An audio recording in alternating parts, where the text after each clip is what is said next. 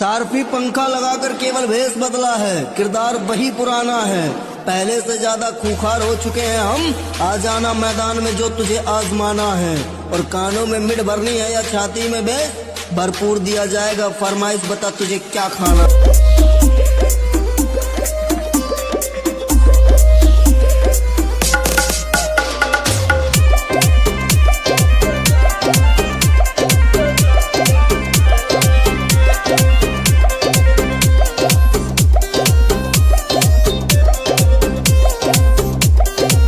DJ Durga Nishad.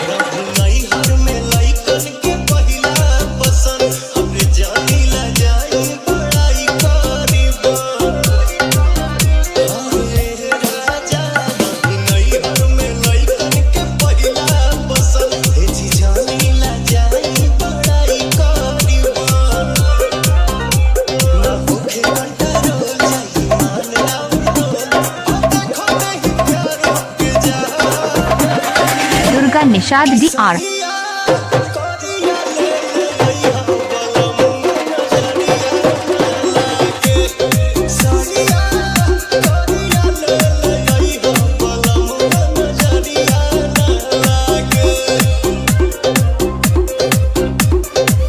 DJ Durga Nishad, आपका घर कहाँ है? गांव बामनतारा, जिला फतेहपुर।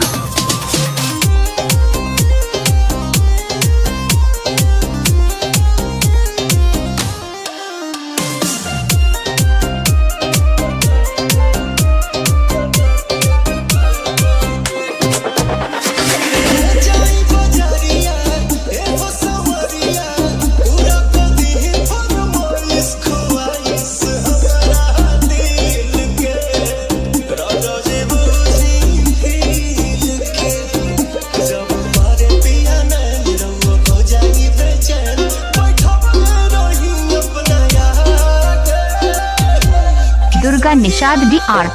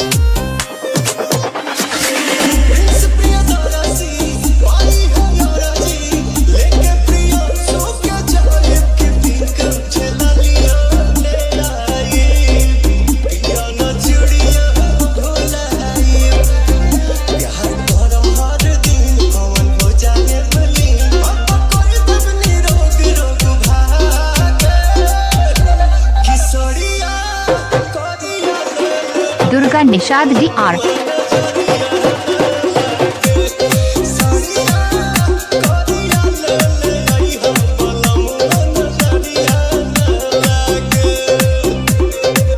डीजे दुर्गा निषाद, गांव ब्राह्मणतारा, जिला फतेहपुर। इनका मोबाइल नंबर 8446017936।